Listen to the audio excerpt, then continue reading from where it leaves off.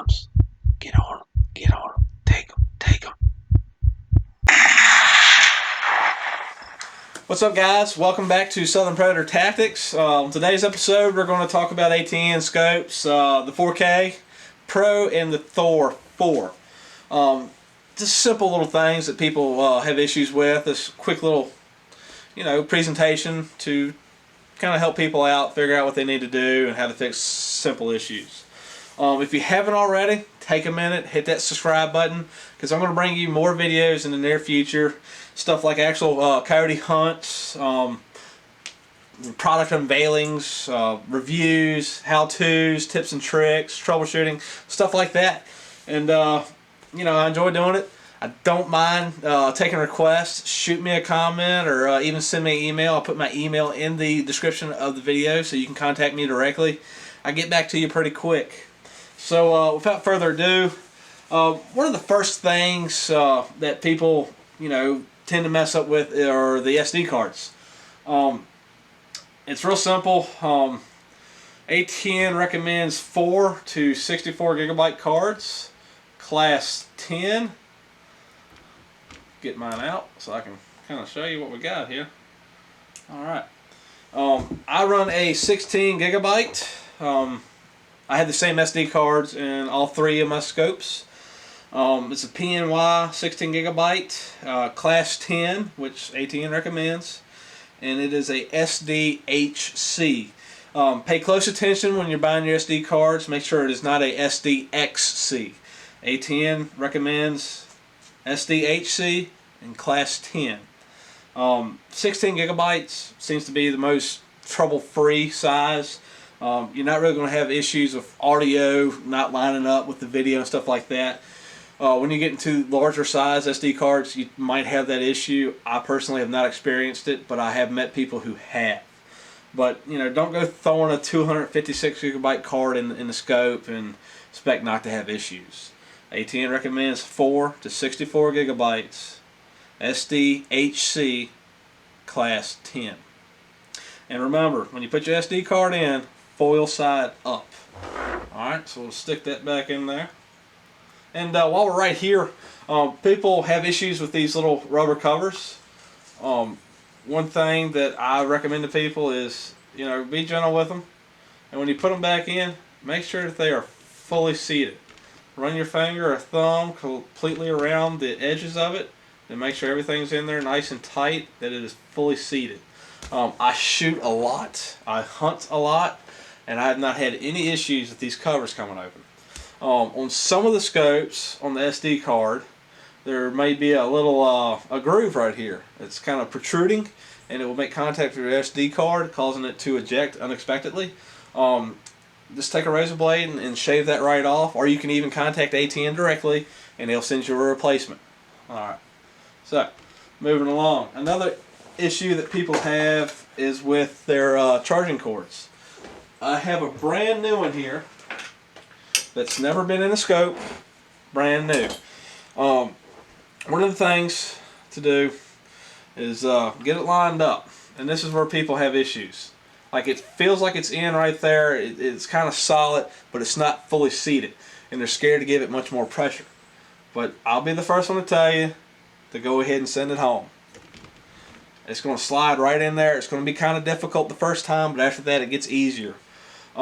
There's a reason why they do this. They want it to be firmly seated in there, and they don't want it to torque or turn at all, so you won't damage the charging port. The ATN charging cords are fantastic. Real nice thick cover on them. They feel very durable, and the 90-degree bend is great. So you don't have any wires coming straight out or anything like that. It's fairly compact. It does a great job. If you happen to lose your charging cord, you can contact ATN and order a new one, or you can go to your local Walmart or something like that and get a USB Type-C. Most of today's Android phones use that style charger. They're easy to come by. They're not very expensive. But I do recommend using the one from ATN because it does fit in there very firmly. There is no wiggle room, and it has this 90-degree bend in it. Alright. So, now we're going to get into issues with some of the features on the scope, stuff like that. So I'll put this back on there. Hit my power button real quick, make sure it's on. Got that firmly seated back in there. All that's good to go. So my gun is unloaded. Pull it off of this vise, spin it around. So the first thing we're going to go over is the recoil activated video. People say, hey, my RAV is not recording or something like that. There's a couple steps involved to turn it on and to actually activate it. So the first thing you want to do is go in your scope and turn on your advanced options. So do that real quick. Bam. Alright, advanced options are on.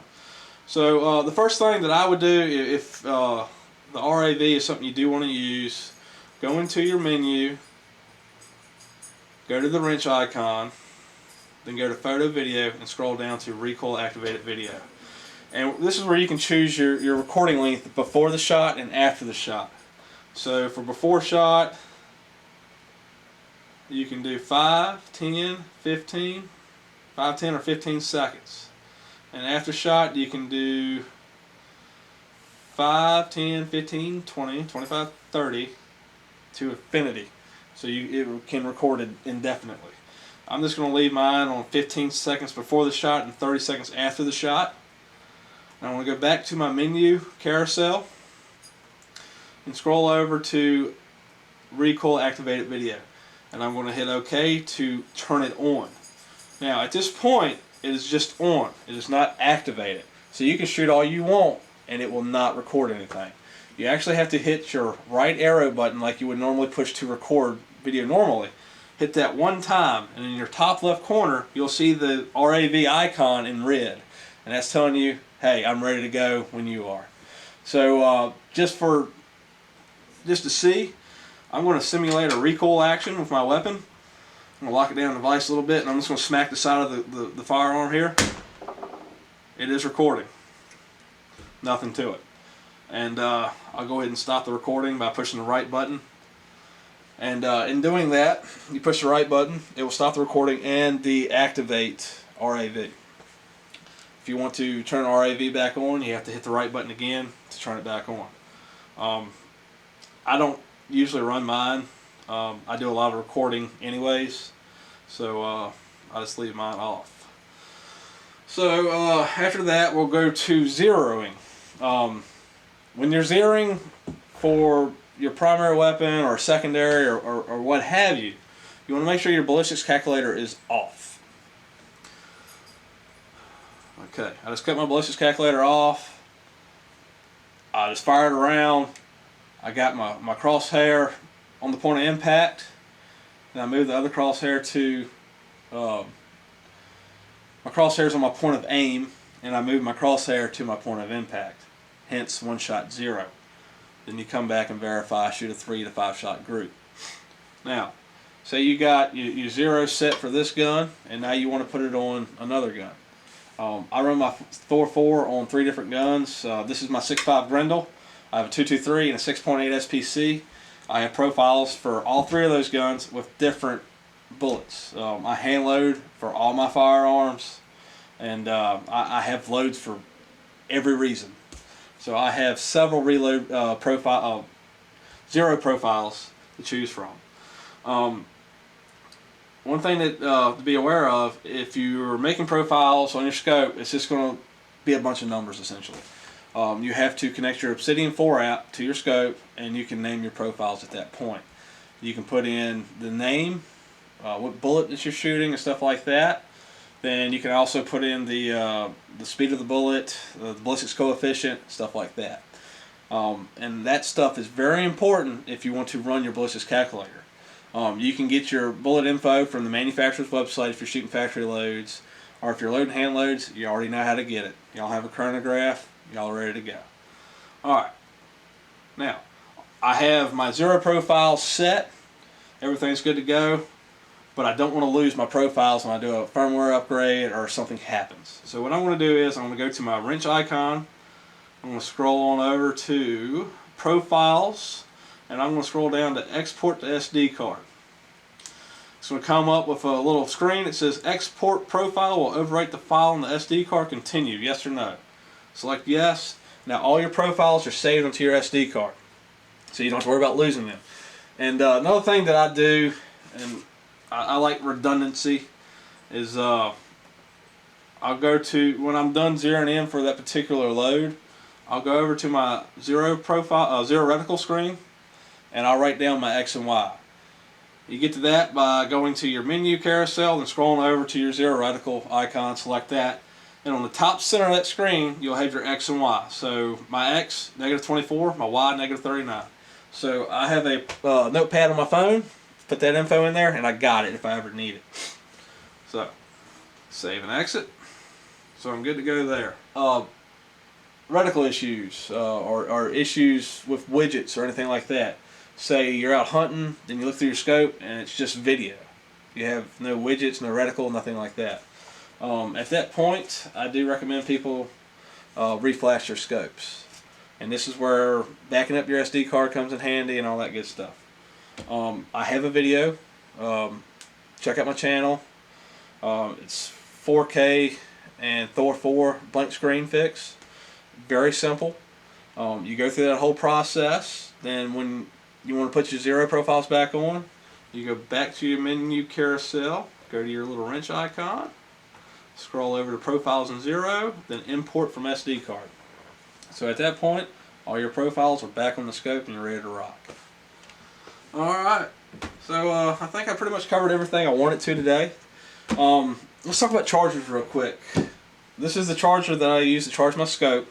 It is a 2 amp charger, which is recommended by ATN. I'm not going to go get a 2.5 amp charger or nothing like that. ATN built the scope. They know what they're talking about. So if they say 2 amp, that's what I'm going to use. If I'm not mistaken, iPhone chargers, all those are 2 amp. But it's real simple to figure out what you have. Depending on the charging block, it's going to be on the back side, the bottom, the top. It's on there somewhere. If not, don't use that to charge your scope. You spend a lot of your hard-earned money on this scope. You don't want to fry it by using the wrong charging block. But on the back side here, it says input and output. My input is not really, it's 100 to 240, which is normal. Your output, this is where you need to look at. And you'll see 2.0A. You know you're good. So this 2 amp charger, I know it's what my scope needs to charge correctly. We're not going to overpower it or underpower it.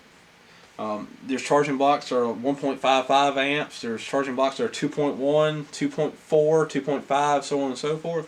Let's get a 2 amp charger. They're cheap. You can get them at Walmart. I do recommend getting a decent brand one, like such as a Samsung charger. And most of y'all have one lying around your house somewhere from your cell phones or other smart devices. So, if you got any other... My tripod messed up a little bit there. If you got any other questions or anything, shoot me an email, leave me a comment. I love helping y'all out. It's no problem whatsoever. One thing that, I like to talk about is if you have the chance, take a kid hunting. They are our future. Teach them to respect firearms and use them correctly, but take them hunting. That first time they go hunting, they'll never forget that. And I'm real big on that. I remember the first time I went hunting, and I'll never forget that day. And you don't necessarily have to take them hunting. Take them to the range. Take them in the backyard, the squirrel hunting with 22, or just shooting paper or beer cans in the backyard. Just do it. Trust me. I mean, the look in their eyes is an awesome feeling. If you really want hunting to be around for future generations, make sure you do everything you can to instill these values into a child's heart. And that'll go a long, long ways. But I will say that today's video is brought to you by DSN Outfitters. They're a retailer for ATN. They have other stuff like IR lights. If you have any questions or anything, Daniel is top notch. I highly recommend them. I have questions. He's always been there for me. He's answered them as quickly as he can. He's a very easygoing guy, very knowledgeable. He knows his stuff. He's just like us. He loves going out hunting, and he loves spending time with his family out there in the deer woods. So, yeah, if you need anything, look him up. I'm going to put his logo up in the video here. I'm going to put all his contact info in the description. So yeah, appreciate y'all checking out Southern Predator Tactics again. Take a moment, subscribe, tell your friends about us. Check us out on Facebook as well, Southern Predator Tactics. Y'all have a great day. Thank you.